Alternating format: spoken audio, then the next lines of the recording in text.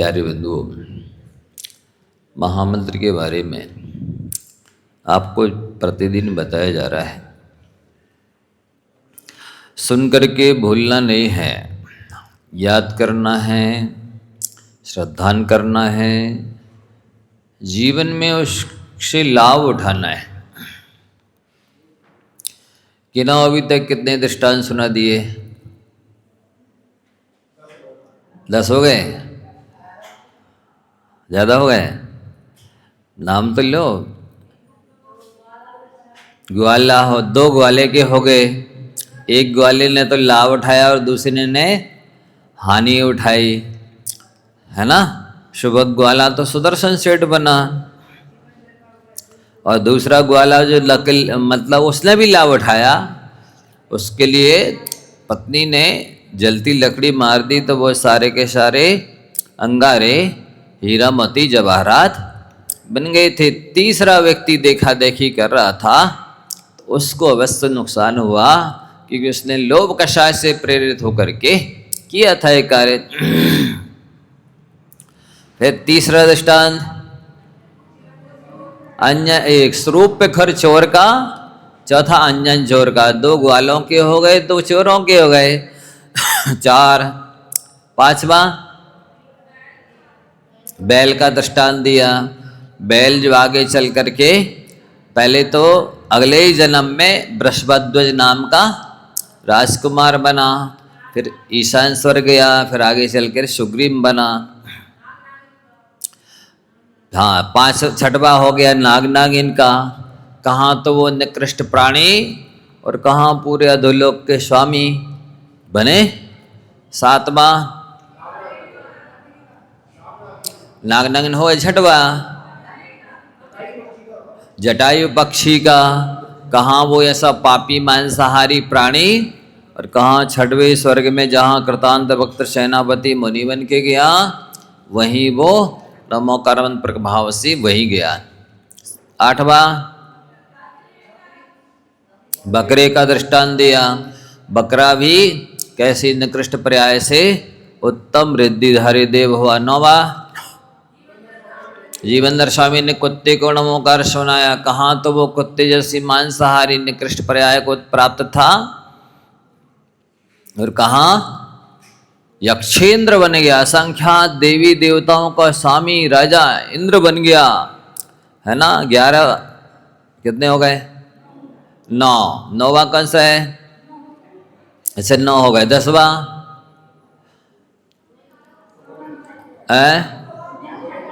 शुभम चक्रवर्ती ने अभिनय करके 7म नरक प्राप्त किया। 11वां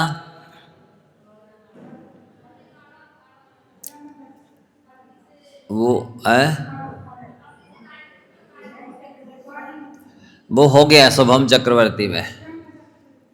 वो ब्रह्मदत्त चक्रवर्ती ले लो चलो, उसने भी शिकार करने जा रहा था एक बार और योग नियोग से उसे नहीं मिला शिकार, तो जो मुनि महाराज उसे ध्यान करते हुए जाते समय दिख गए थे, तो उसने मिथ्या दृष्टि अज्ञानी था, ऐसा सोचने लगा कि नंगा दिख गया इसलिए मुझे शिकार नहीं मिला, तो अब इसी का शिकार करना चाहिए। तो उसने दिगंबर मुनिराज के ऊपर बाण चलाए थे, जिससे मर करके 7म नरक गया। दोनों चक्रवर्ती एक नमोकार की अभिनय करके 7म नरक गए, एक मुनिवार के ऊपर उपसर करके 7म नरक गया। तो 12 हो गए, 11 हो गए। और शुअर और शेर का वो तो हाँ मुनि महाराज की रक्षा करके वो भी स्वर्ग गया। सही बात है, ये रक्षा करके गया। मतलब ध्यान गुफा में मुनिराज ध्यान कर रहे थे और एक पूर्व जन्म के जो पहले मित्र थे, मित्रावस्था में धर्मशाला बनवाई, लेकिन एक ने दिगंबर मुनिराज को आके रुका दिया और दूसरे ने कहा नहीं, नंगे को क्यों रुका दिया, इसको नहीं रुकाना था। तो आपस में लड़े मरे, एक सुअर बना एक शेर बना। फिर वो पूर्व जन्म के बैर के कारण गुफा में ध्यान कर रहे थे मुनिराज, तो शेर का जीव उन मुनिराज को खाना चाह रहा था और सुअर का जीव बचाना चाह रहा था। और दोनों लड़े, जंगली जानवर थे, पहने नाखून पहने दांत वाले थे, बलशाली थे। घमासान युद्ध हुआ, एक दूसरे ने एक दूसरे को छक्त विक्षत कर दिया, घायल कर दिया और दोनों मर गए। मर करके सुअर तो मुनिमराज की रक्षा के भाव से स्वर्ग में रिद्धिधारी देव हुआ, और शेर खाना चाह रहा था, इसलिए मुनिमराज की अभिनय की हिंसा के भाव से नरक गया। 12 हो गए, और सुनाएंगे, अभी चिंता न करो, अभी इतने तो याद रखो। इसके बाद में और क्या क्या लिखा है शास्त्रों में, आप ध्यान से सुनते चले जाइए। इसलिए सुना रहे हैं कि नमोकार की श्रद्धा ही सम्यक दर्शन है, और नमोकार में भी प्रतिष्ठित पंच परमेष्ठी है, उनकी भक्ति ही दर्शन विशुद्धि कहलाती है। इनकी भक्ति में अपन को तन मन धन समय श्रम सब कुछ लगा देना चाहिए। इनके आगे कोई भी चीज़ की कीमत नहीं है। ये सबसे ज़्यादा मूल्यवान है, क्या अमूल्य है, ये तो पूज्य हैं। 3 लोक की संपत्ति से भी ज़्यादा मूल्यवान है पंच परमेष्ठी, इसलिए इनके लिए कुछ भी लग जाए तब भी अपन को लगा देना चाहिए। जब इनकी सेवा भक्ति में प्राण ही लगा देना चाहिए, जैसे सुअर ने लगा दिए थे, तब फिर और दूसरी चीज़ों की तो बात ही क्या है। बाकी की सारी चीज़ें तो अपन पंच परमेष्ठी की भक्ति में समर्पित कर ही सकते, कर ही देना चाहिए। इसी में अपना सदुपयोग है। आगे लिखते हैं कि सिद्ध किया हुआ यह मंत्र अकेला ही सारे कार्यों की सिद्धि करने में समर्थ है। बाकी के दुनिया के सारे मंत्र मिलकर के एक देश कार्य की सिद्धि नहीं कर सकते हैं, और नमोकार मंत्र अकेला सारे कार्यों को सिद्धि करने में सक्षम है। दुनिया माल वाले के पास घूमती है, दुनिया माल वाले के पीछे घूमती है, पर प्रभु तो माला वाले के साथ रहते हैं। क्या कहा? दुनिया माल वाले के पीछे घूमती है, पर प्रभु माला वाले के साथ रहते हैं।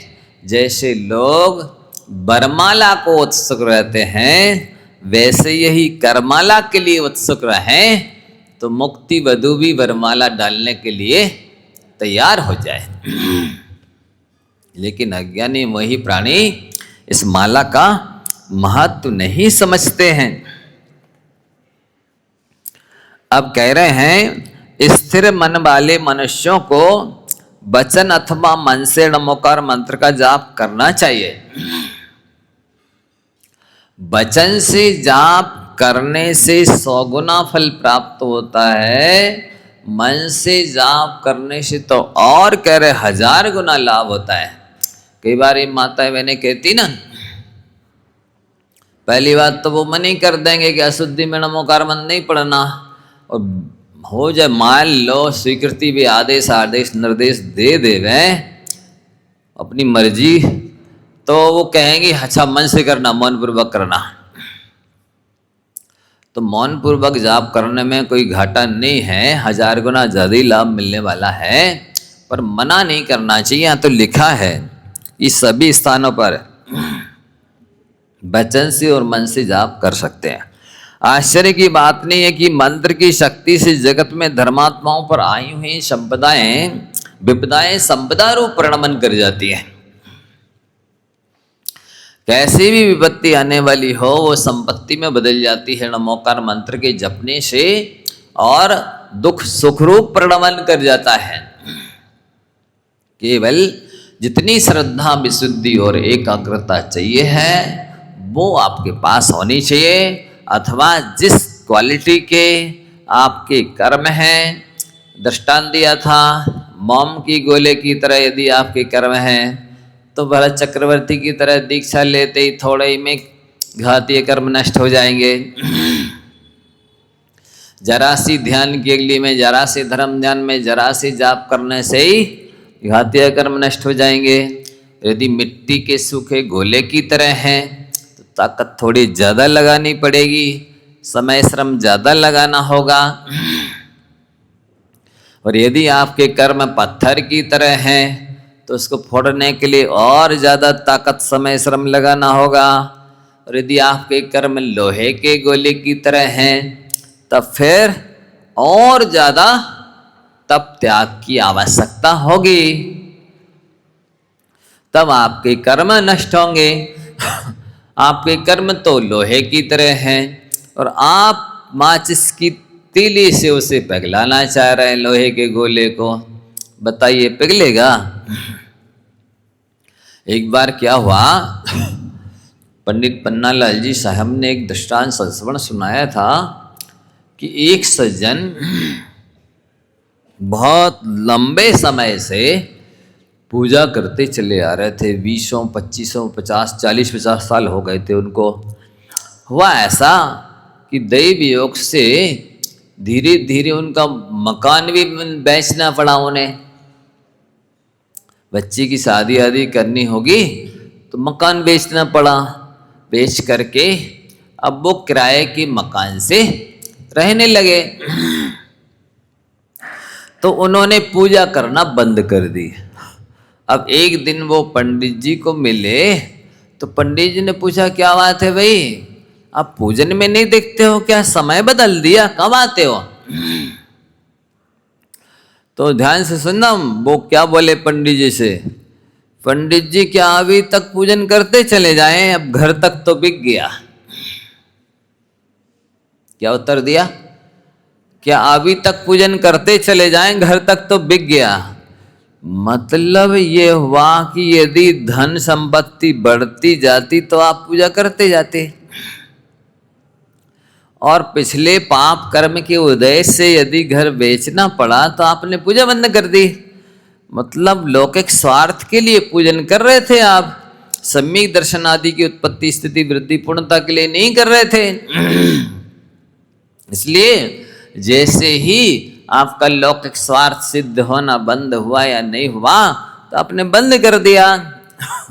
तो इसमें अपन को ये ध्यान रखना चाहिए कि यदि कोई विपत्ति आ रही है, कोई बीमारी आ रही है, तो वो पिछले पाप कर्म के उदय से आ रही है। वर्तमान में आप जो पूजा कर रहे हैं, जो जाप कर रहे हैं, जो धर्म ध्यान कर रहे हैं, वो व्यर्थ है, इससे कुछ लाभ नहीं होगा, ऐसा नहीं है। इसका फल आपको आगे मिलेगा। तीव्रतम पुण्य का और तीव्रतम पाप का फल तत्काल भी मिल जाता है, लेकिन सारे कर्मों का फल तत्काल मिले इसका जरूरी नहीं है। आप लोग भजन में पढ़ते ना, सब अपने अपने कर्मों का फल सबको मिलता है, हैं? इस जन्म में ना सही परभव में मिलता है। तो ऐसे ही श्रद्धा रख के चलना चाहिए। धर्म का तो स्वरूप ही है कि जो धर्म की आराधना करता है, सेवा करता है, धार्मिक आयतनों की रक्षा करता है, तो धर्म उसकी रक्षा करता ही है। धर्मो रक्षति रक्षिता, जो भी धर्म को धारण करेगा, धर्म उसे दुखों से निकाल करके उत्तम सुख स्वर्ग और मोक्ष में पहुंचा देता है। ऐसा उसका लक्षण है, स्वरूप है, गुण है, धर्म है, स्वभाव ही ऐसा है। बशर्ते या आपको स्वयं की दृष्टि में ईमानदार बनने की आवश्यकता है। आप स्वयं की दृष्टि में सच्चे और पक्के धर्मात्मा यदि बन जाते हैं तब तो कोई संदेह ही नहीं है, गुंजाइश, संदेह के लिए स्थान गुंजाइश ही नहीं है कि आपको लाभ ना हो। एक गांवपति जो हो, वे एक गांव का जो राजा होता है, यदि उसके यहाँ अर्जी लगाओ, निवेदन करो, सेवा करो, तो वो बात कुछ धन धान्य दे देता है। भगवान तो 3 लोक के नाथ हैं। जैसे कि दान कौन दे पाता है, कब दे पाता है? जब दानांतराय कर्म का क्षयपसम होता है। दान कब दे पाते हैं? दानांतराय कर्म का क्षयपसम हो, और क्षयपसम होने के साथ साथ में पुरुषार्थ करे। जैसे आप सभी के दानांतराय कर्म का क्षयपसम तो है। आप चाहें तो रोज आहार दान दे सकते हैं, लेकिन आलस करते हैं, अहंकार सताता, हम दूसरों के यहाँ नहीं जाते, गए कुछ कह दिया, ये भीड़ नहीं लगाओ, चलो चलो सब लोग एक गिलास दे के चलो, ये मान का शासत आती, हम इतना नहीं सुन पाएंगे। वैसे बोलना नहीं चाहिए जिसके यहाँ जाते हैं, क्योंकि वो आपके घर नहीं आए, वो तो महाराज को आहार देने आए। आपका सौभाग्य है कि महाराज की वजह से इतने सारे धर्मात्मा लोग आपके यहाँ आ गए, इतने पवित्र भाव से आए हैं वो आहार देने। ऐसे पवित्र भाव से आए तो उनका मन वचन काया सब कुछ पवित्र है इस समय। ऐसे पवित्र मन वचन काय को लेके आए तो आपका घर तो पवित्र होने ही वाला है पक्के में। महाराज के साथ साथ इतने सारे लोग धर्मात्मा आए और आपको चलो चलो चलो भीड़ नहीं लगाओ, चलो एक गिलास दे लिया, पहले हम लोगों को दे देने दो, घर वालों को देने दो, हम सवेरे से मेहनत कर रहे हैं तो महार देने आ गए। ये अज्ञानता कहलाती है, मूर्खता कहलाती है, ये दिल छोटा कहलाता है, ये उदारता नहीं मानी जाती है, ये व्यवहार कुशलता नहीं मानी जाती है। बल्कि आपको तो चौका वालों को ये बोलना चाहिए, भैया आप दे लो, हमने तो मेहनत की है, हमने भावना बनाई है, हमारे भाव है ही देने का, हमें तो पुण्य मिल ही गया, अच्छा है, अहोभाग्य, अब आप देंगे तो आपके पुण्य का छठा हिस्सा भी हमें मिलेगा, हमें तो पूरा पुण्य मिल ही गया, हमने चौका लगाया है। सो आप दे लो भैया, आपको अनुकूलता नहीं बन पाती है रोज रोज आहार चौका लगाने की, अच्छा है यदि मैं निमित्त बनता हूँ आपके धर्म ध्यान में, मेरा अहोभाग्य है, आइए आप पहले दीजिए, नहीं नहीं आप दे लो, हम तो बाद में दे लेंगे। ऐसी उदारता, ऐसी विशालता, ऐसी व्यवहार कुशलता, ऐसी धर्मज्ञता होनी चाहिए। पर विवेकी नहीं होते, अविवेकी होते हैं, फिर भी आप उदार विशाल हृदय रखिए, कोई बात नहीं, यदि मेरे को अपने मान का मर्दन भी करना पड़ेगा, अपमान भी कराना पड़ेगा, कोई क्या भी देगा, चलो चलो अभी नहीं बाद में देना, हम घर वालों को देना, तो एक गिलास दे लिया अब जाओ, तो अभी हम शांति से सह लेंगे, इससे भी कर्मों की नजरा हो जाएगी।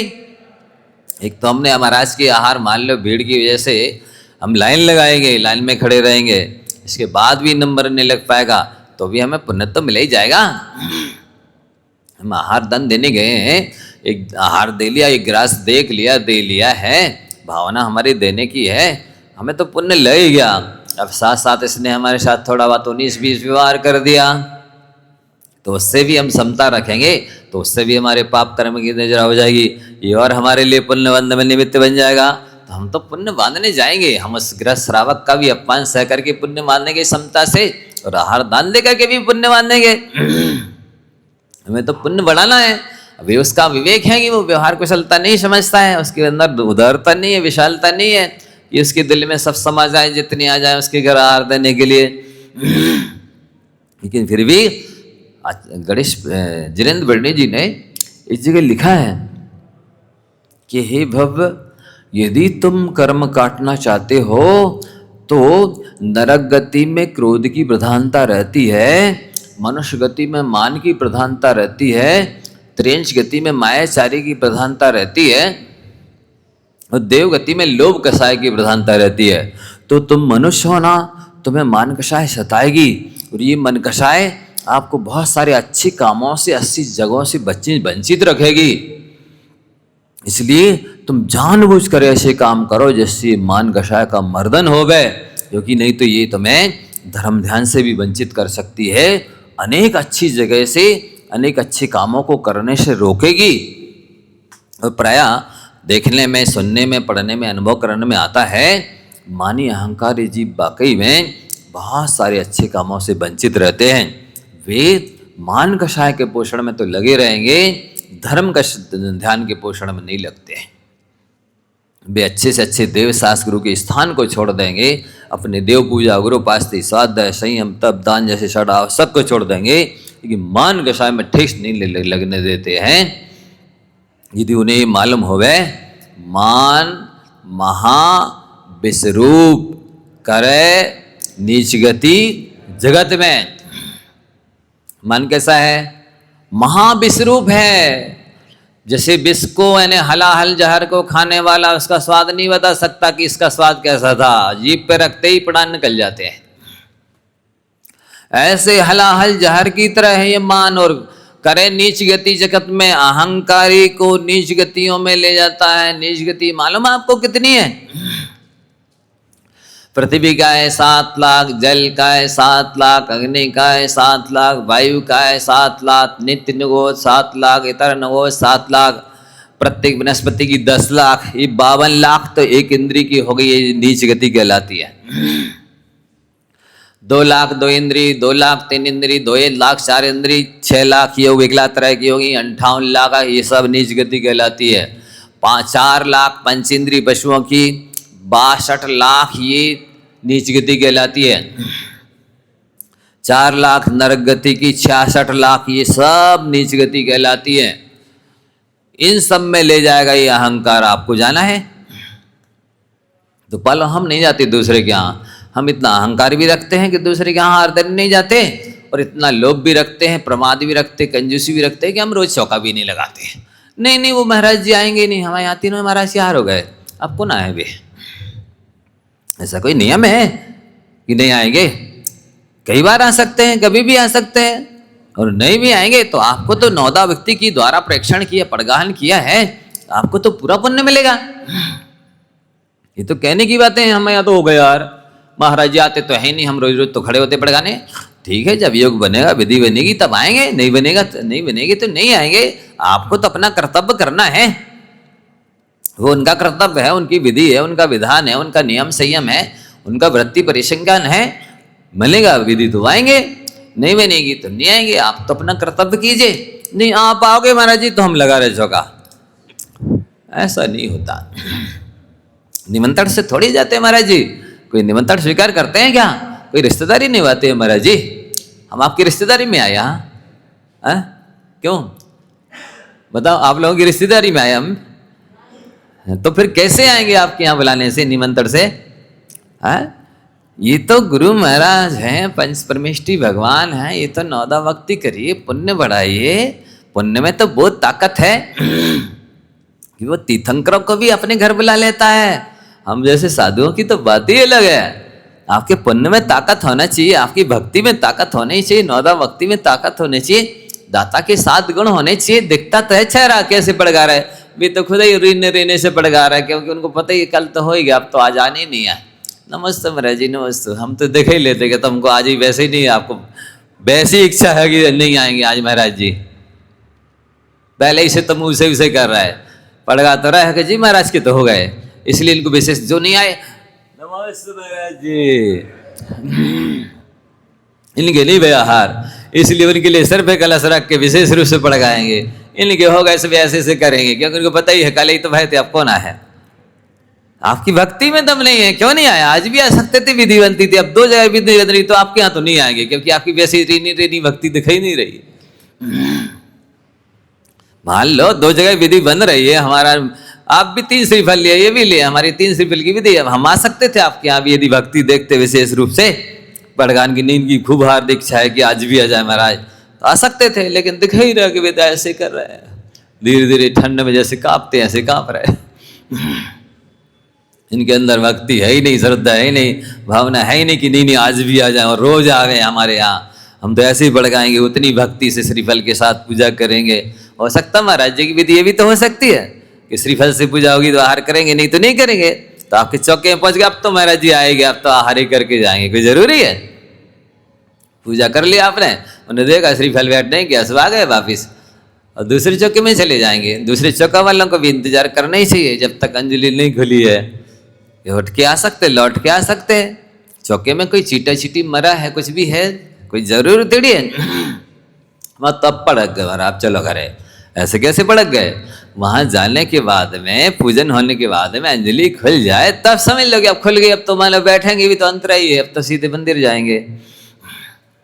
जब तक नहीं खुली है तब तक आपका इंतजार करना चाहिए। लेकिन वे देखते ही चेहरा दिख जाता है। कई बार मान लो आप अभी यहाँ पड़गाते समय कोई विधि नहीं है कि हमें कितने श्रीफल चाहिए, कितने कलश चाहिए, कि कितने जोड़े चाहिए हैं पति पत्नी के, महिलाओं के, कि पुरुषों के, ऐसा नहीं भी है। आपको वैसे दूर दूर खड़े होना चाहिए जिससे गिन सकें कि कितने लोग खड़े हैं। तो हमारे चौके की विधि हो सकती है। चौके में जाने के बाद हम नियम ले लेंगे कि आज पीतल के बर्तनों में आहार करेंगे, पीतल के बर्तन में दे करके या चांदी के बर्तनों में दे करके कोई चलाएगा वो तो आहार लेंगे, या चांदी के बर्तन से केवल पानी चलाए जग से तो पानी लेके आ जाएंगे। दूसरी आइटम चला देगा, दूसरा तो चांदी के बर्तन से जो आइटम चलाएगा वो बस लेके आ जाएंगे। ये भी तो विधि हो सकती है। चौके में जाने के बाद ये एक ही अनाज लेंगे, या एक रस लेंगे, 2 रस लेंगे, 3 रस लेंगे, ऐसा कोई नियम भी तो हो सकता है। वो रस परित्याग तब भी अलग है, ये वृत्ति प्रसंगान तब के अंतर भी आता है। कोई अन्न का प्रमाण कर लिया, बर्तनों का प्रमाण कर लिया, दातारों का परिमाण कर लिया कि जितने लोगों ने पड़ गया बस उन्हीं से लेंगे आहार। क्यों? सच्चे मायने में तो वही नौदा भक्ति कर रहे हैं। अथवा जिसने पूरी नौदा भक्ति देखते रहेंगे, इस व्यक्ति ने यहाँ पड़गाहन में भी पूरी विधि बोली, शुद्धि बोली, चौके में जाने के बाद भी कहा आइए महाराज जी पधारिए चौके में। ये वाँचने के बाद इसने ही कहा उच्चासन ग्रहण कीजिए, देख लिया इसी ने पूजा की है, बस अब इसी से हाल लेंगे। इसने नौदा भक्ति की, बाकी ने नहीं की, बाकी नहीं लेंगे, खत्म। महाराज जी हमसे क्या गलती हो गई? गलती क्या हो गई? यही होगी कि आपने नौदा भक्ति नहीं करी, इसलिए नहीं लेंगे आपसे। हमारा नियम है कि जो नौदा भक्ति पूरी करेगा, पूरी भक्तियां बोलेगा, उसी से हाल लेंगे। आप चौके में खड़े रहे, गए वहीं कुछ चौके में देखते रहे खड़े खड़े, एक आध आइटम लिया, देने लगे, नहीं लेंगे। क्यों?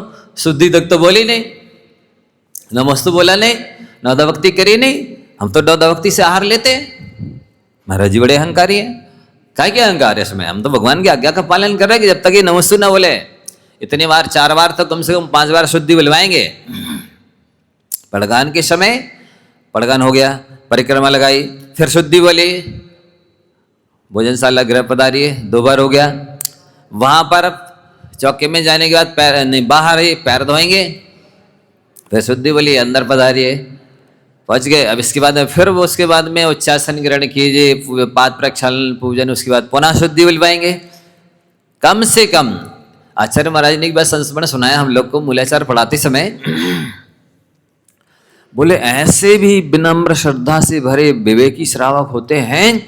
बोले एक श्रावक ने हमें जितने ग्रास चलाए उतनी बार शुद्धि बोली, मन शुद्धि वचन शुद्धि काय शुद्धि आर्य शुद्ध है, मन शुद्धि वचन शुद्धि काय शुद्धि आर्य शुद्ध है, मन शुद्धि वचन शुद्धि काय शुद्धि आर्य शुद्ध है। इतने बार पुण्य बनेगा जितने बार बोलोगे। बोलते थे मेरा जी आइए, अरे फिर से बोल दो, क्या जा रहा है, नहीं सुन पाई हमने। तो ये विवेक होना चाहिए।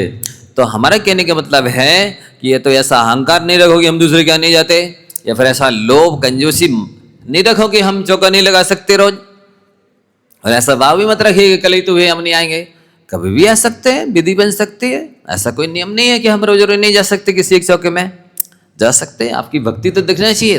क्या अब विधि नहीं है हमारा कोई भी, यही विधि है कि हम चौके में देखेंगे, वहां पर श्रीफल से पूजा होगी तो यार करेंगे। तो यहाँ तब हम भक्ति देखेंगे ना, किसके पास ज्यादा भक्ति दिख रही है। यहाँ तो हमारी है ही नहीं कोई विधि, इतने सारे लोग खड़े हैं पर विधि हमारी कुछ नहीं है। कहाँ जाएंगे? जहाँ सबसे ज्यादा भक्ति दिख रही है कि एकदम आ ही जाए महाराज, विशेष रूप से शुद्ध उच्चारण है, सब अंग अंग देखेंगे, विनम्रता से श्रद्धा भक्ति से झुक रहे कि नहीं, वहां दे देंगे पड़गान। कोई जरूरी थोड़ी है कि नहीं हम इनको देंगे इनको नहीं देंगे। तो ये होना चाहिए। तो कहने का मतलब ये है कि ये महिमा है, लेकिन लोग उसका सदुपयोग नहीं करते हैं। तो यहाँ सारा प्रसंग चल रहा है, इसकी महिमा बहुत है। नमोकार मंत्र की एक कहानी सुनाता हूँ अब, नहीं तो फिर बोर हो जाएंगे आप लोग। एक आध कहानी तो रोज सुनाई देने से, लेकिन आपको सब याद रखनी है जितनी हो जाए। अब 1 दर्जन हो गई हैं, गिराई ना, 1 दर्जन हो गई। और सुना रहे, भरत क्षेत्र के आर्यखंड में शौरीपुर नाम का नगर था। वहां पर अंधक वृष्टि नाम के राजा राज्य करते थे। उस शौरीपुर के बाहर एक गंधमादन नाम का पर्वत था। उस पर्वत पर एक सुप्रतिष्ठित नाम के मुनिराज ध्यान में बैठे थे। उनके ऊपर एक सुदर्शन नाम के देव ने भयानक उपसर किया। उस उपसर को सहन करके मुनिराज को केवल ज्ञान हो गया। केवल ज्ञान हुआ तो अंधक वृष्टि राजा को मालूम चला, मुनिराज को केवल ज्ञान हो गया। तो वो भी दर्शन बंदन पूजन के लिए, भक्ति के लिए आए। और दर्शन पूजन बंदन भक्ति करने के बाद में तुरंत उनके समोषण की मतलब रचना हो गई, गंध कुटी की, उनकी दिव्य ध्वनि खिरी। तो उन्होंने प्रश्न किया, भगवान इस सुदर्शन नाम के देव ने आपके ऊपर उपसर किस वजह से किया? तब महाराज भगवान की दिव्य ध्वनि खिरती है, आप सभी बहुत ध्यान से सुनिए कि मगध देश के, ये सबसे पहले भारत क्षेत्र के, आर्यखंड के, कलिंग देश के कांचीपुर नाम के नगर में, सब ध्यान रखना है, पात्र वगैरह है, नाम रखी ना, सब पात्र याद रखना है, जैसे हम सुना रहे वैसे आपको सुनाना है। ध्यान से सुनोगे तभी तो बता पाओगे, फिर से बता दें अभी नहीं सुन पाया हो तो। सबसे पहले तो ये बताया कि मगध देश की, भारत क्षेत्र के, आर्यखंड के मगध देश में सौरीपुर नाम का नगर था। वहाँ पर अंधक वृष्टि नाम का राजा राज्य करता था। सौरीपुर के बाहर गंधमादन नाम का पर्वत था। उस पर्वत पर सुप्रतिष्ठित नाम के मुनिराज ध्यान कर रहे थे। एक सुदर्शन नाम का देव निकला विमान से, नहीं उसने उपसर्ग किया, उपसर्ग से मुनिराज उपसर्ग सहन करके उनको केवल ज्ञान हो गया। अब केवल ज्ञान सुन करके अंधक वृष्टि राजा उनके दर्शन पूजन बंधन भक्ति के लिए गए। जाकर के दर्शन पूजन बंधन भक्ति करने के बाद में गंधकुट्टी की रचना हो गई थी। तुरंत भगवान की दिव्य ध्वनि घिरी तो उस अंधक वृष्टि राजा ने पूछा, भगवान इस सुदर्शन नाम के देव ने आपके ऊपर उपसर्ग किस वजह से किया? इतना हो गया। अब पुनः भारत क्षेत्र के, आर्यखंड के, कलिंग देश के कांची नामक नगर में दो सेठ रहते थे, सुदत्त और शूरदत्त नाम के। कितने सेठ? क्या नाम था? सुदत्त और शूरदत्त। एक बार दोनों में मित्रता थी, दोनों अच्छे कट्टर मित्र थे, तो वो दोनों व्यापार करने के लिए बाहर गए। व्यापार में बहुत सारा धन कमा के लाए और जैसे ही वापस अपने नगर में आए, प्रवेश करने लगे, तो उन्हें लगा कि कोई सेल टैक्स, इनकम टैक्स लेने वाला ऑफिसर आया है कर लेने के लिए। तो उन्होंने क्या किया, गांव के बाहर ही एक गड्ढा खोदा और उस गड्ढे में सारा धन छुपा दिया, ढक दिया। जब ये चला जाएगा तब निकाल लेंगे। किसी ने देख लिया, तो जिसने देख लिया था ये लोग छुपा के गए गांव में अपने घर में, उसने खोद करके निकाल करके ले गया। अब ये जब दूसरे तीसरे दिन मौका पा करके धन निकालने के लिए आए तो कुछ नहीं वहां। तो हुआ ऐसा, उनको एक दूसरे पर संदेह हो गया। वो कह रहा तू निकाल ले गया, वो कह रहा नहीं तू निकाल ले गया। एक दूसरे को दोषारोपण करने लगे, बकझक होने लगी, लड़ाई झगड़ा होने लगा। नहीं तुम निकाल ले गए, हो ही नहीं सकता, तीसरा यहाँ कोई था ही नहीं, हम और आप तो थे ही, हमने क्यों निकाल लिया? अपन दोनों कमाने गए थे, दोनों को आधा लेना था, साथ में आकर के निकालना था। क्यों? वो कह रहे नहीं तुमने निकाला है, तुम झूठ बोल रहे हो। वो कह नहीं तुमने निकाला, तुम झूठ बोल रहे हो। इतनी लड़ाई हुई कि दोनों ने एक दूसरे का मर्डर कर दिया, मार डाला और मर करके प्रथम नरक में नारकी हो गए। नारकी हो गए तो वहां के प्रथम नरक के वचनातीत कष्ट सहन करके वो लोग निकले और वहां से निकल करके मेढ़ा बन गए। गाड़र, मेढ़ा जानते? बकरी बकरा जैसे मेढ़ा, गाड़र। हाँ, और वो चूंकि पूर्व जन्म का बैर हो गया था, पहले थे तो मित्र, लेकिन अब लड़ करके मर करके नरक गए थे, तो नरक में ही लड़ते रहे एक दूसरे से।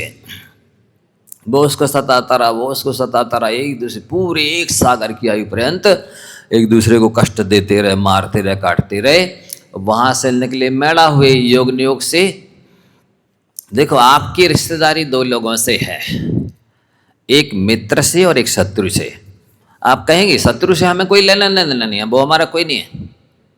लेकिन जब किसी से परिचय कराते हो ना, तो कहते हो ये हमारा मित्र है और ये हमारा शत्रु है। तो हमारा तो दोनों के साथ जुड़ा है, तो दोनों रिश्तेदार हुए ना। तो ये जो भाव है, ये भाव ऐसे कर्म का बंध कराता है जिससे वो कर्म पुनः अगले जन्म में उन दोनों को फिर मिलाता है। यदि मित्र होंगे तो वो कर्म उन दोनों को फिर मित्र के रूप में मिलाएगा, और देखते ही एक दूसरे का उपकार करने का, सहयोग करने का, हेल्प करने का, मिलने जुलने का, लेने देने का भाव आएगा। शत्रु होगा तो देखते ही साथ एक दूसरे को मारने का, काटने का भाव आएगा। जब तक बैर ना हो और पाप का उदय नहीं हो तब तक कोई कुछ नहीं बिगाड़ता है। मेरा एक संस्मरण स्वयं का है। ईश्वरी आश्रम में ब्रह्मचारी अवस्था में साधना करते थे। ब्रह्मचारी पवन भैया जी, पूज्य निर्दोष साई जी महाराज तो नाते पुते मुनि संघ में पढ़ाने के लिए गए थे। हम मिस्त्री में पढ़ा रहे थे। वो ऐसा लगभग रात को 3:30-4 बजे उठे तो उस दिन टेबल पर देखा ऐसा हाथ रख के, लाइट बंद थी, टॉर्च दिखी नहीं, तो नीचे पैर रख के लाइट चालू करी, पीछे से दरवाजा खोल के लघु शंकर गए, आए तो फिर कुर्सी के पीछे चटाई टेकी थी, उसको निकाला, प्लास्टिक की चटाई को बिछाया, थोड़ा एक्सरसाइज कर ले। एक्सरसाइज की, बीच बीच में रिलैक्स किया, विश्राम किया। अब बस अब सामायिक करे। और जैसे ही सामायिक करने खड़े हुए तो 1-1.5 हाथ की दूरी पर काला नाग बैठा। दिखता है, दिखते ही हमारी और उसकी आंखें जैसी मिली, तुरंत उसने गुल्ली मार ली। मैं डर गया, और सांप बैठा, और मैं ही आसन लगा रहा था, यही सांप बैठा दारे हुए। अब पीछे हटे, आवाज लगाई बाजू वाले भैया को, सांप है, सांप है, सांप है। तो वो फिर दूसरे ढूंढने लगा, कहाँ से निकले, कहाँ से निकले। उसे नहीं पता कहाँ से आ गए हम अंदर, अब कहाँ से निकलना है। तो फिर वो दूसरी थोड़ा आगे खिसक गया, यहाँ दरवाजे पे बैठा था, उस दरवाजे को खोला, और उसको धीरे से लकड़ी से ठोक करके उसको, पहले एक बाबा जी ने सोचा कि इसको पीका में भर के दूर छोड़ दें। वो पीका के अंदर नहीं गया, उसने फुसकार बनी इस तरह से, और वो फिर धीरे से निकल गया। तो मैंने सोचा, देखो यदि मेरे पाप का उदय होता या इससे बैर होता तो आज तो इसने डसे लिया था, काला नाम था। तो जब तक पाप का उदय ना हो और बैर ना हो, तब तक चाहे शेर हो, सांप हो, शत्रु हो, भूत हो, कोई भी हो, कुछ भी बाल बाका नहीं करता है। तो हुआ ऐसा कि वो चूंकि पहले लड़कर मरे थे, नरक में गए, नरक भी एक सावर की लंबे असंख्यात अनंत बरस तक लड़ते रहे, मरते रहे, एक दूसरे को मारते रहे। वहां से निकले, मैड़ा हुए। अब मैड़ा हुए तो फिर भी मिले दोनों, वो तो कर्म सहयोग मिलाते ही है शत्रु का और मित्र का। फिर एक दूसरे को देखते ही लड़े, और इतनी घमासान और दुआ, एक दूसरे ने एक दूसरे को मार डाला। फिर मर करके वो गंगा नदी के किनारे बैल हुए तो फिर कर्म ने उनका योग जुड़ाया। फिर एक दूसरे को देखा तो देखो कैसी विचित्रता है। आत्मा अमूर्तिक है, आत्मा अमूर्तिक है, और जिस शरीर से बैर हुआ, लड़ाई हुई, वो शरीर छूट गया। अब उसने नया शरीर धारण कर लिया, उसने भी नया शरीर धारण कर लिया। कैसे पहचान जाता है कि ये मेरा मित्र है, ये मेरा शत्रु है? अद्भुत आश्चर्य है। जबकि शरीर बदल गया है, पर्याय बदल गई है, दोनों की पर्याय बदल गई, और आत्मा मूर्ति का दृश्य है, आंखों से दिखती नहीं है। उस शरीर को देखते ही वो आत्मा को पहचान जाता कि वही आत्मा है जो मेरी मित्र थी या शत्रु थी। तो उसने फिर लड़े, वो दोनों बैल लड़े, और इतनी घमासान युद्ध हुआ, लड़ करके एक दूसरे ने फिर मार डाला। अब भी मर करके संवेद शिखर पर बंदर हुए, दोनों ही एक साथ, वही पर्याय उनको मिलती और वही स्थान मिलता। देखो कर्म का योग नहीं हो। अब दोनों बंदरों ने एक दूसरे को घेरा तो घुड़की देने लगे, एक दूसरे को देखते ही साथ एक दूसरे को मारने काटने का भाव उनके अंदर फिर उत्पन्न हुआ, और फिर एक दूसरे को उन दोनों ने मार डाला। मतलब युद्ध हुआ भयानक, पहने दांत और नाखून से घायल किया। तो सुदत्त नाम का जो जीव था बंदर का, वो तो तुरंत मर गया। दूसरा सूरदत्त नाम का जो बंदर बना था, वो घायल वहां पर तड़फ रहा था। तो वही संवेद शिखर पर सुरगुरु और देवगुरु नाम के 2 चारण मुनिराज ध्यान कर रहे थे। तो सुरगुरु और सुरगुरु दोनों में से ध्यान में से एक की कोई अचानक जैसी आंख खुली तो देखा बंदर तड़फ रहा है। तो वो अपना छोड़ के ध्यान उस बंदर को नमोकार मंत्र सुनाने गए, और जैसे ही नमोकार मंत्र सुनाया तो उसके प्राण शांति से निकले, और मर करके सौधर्म स्वर्ग में चित्रांगद नाम का देव हो गया, रिद्धिधारी। बहुत बड़ा देव हुआ, रिद्धिधारी देव हुआ। उसके अंडर में असंख्यात देवी देवता थे। अब वो वहां पर हो गया। अब हुआ ऐसा कि ये जो सुदत्त नाम का जीव है जो मर गया था, वो क्या होता है, सिंधु नदी के किनारे एक मृगाण नाम का तापसी रहता है। उसकी विशाला नाम की तपस्विनी स्त्री रहती है। उनका गौतम नाम का पुत्र हुआ, और वो गौतम नाम का पुत्र कुछ समय में तापसी बन गया वो भी। और पंचाग्नि तप करके के वो ज्योतिषी देव बन गया, सुदर्शन नाम का ज्योतिषी देव।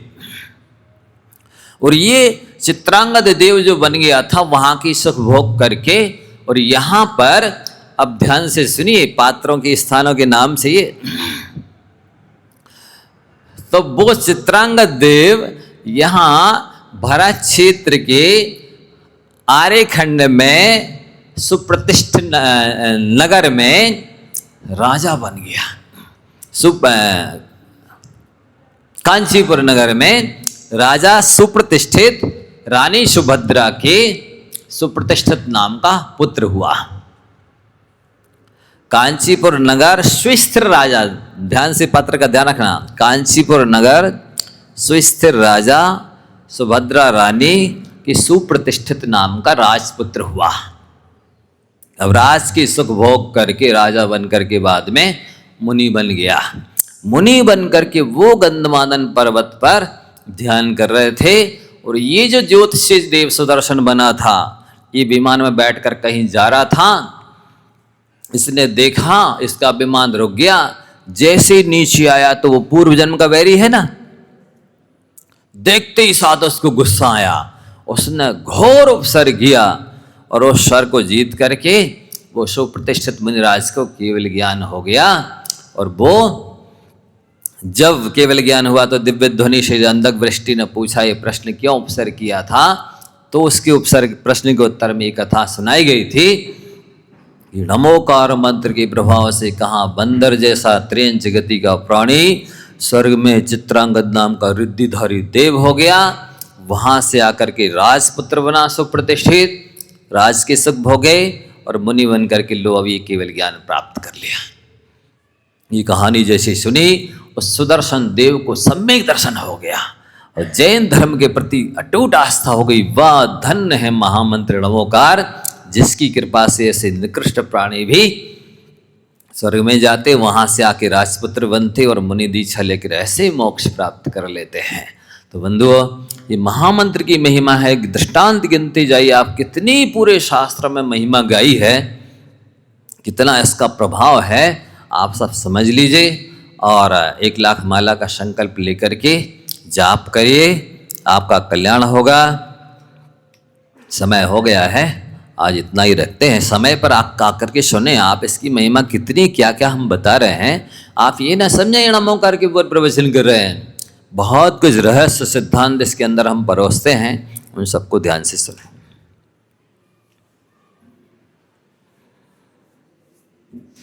लाइए।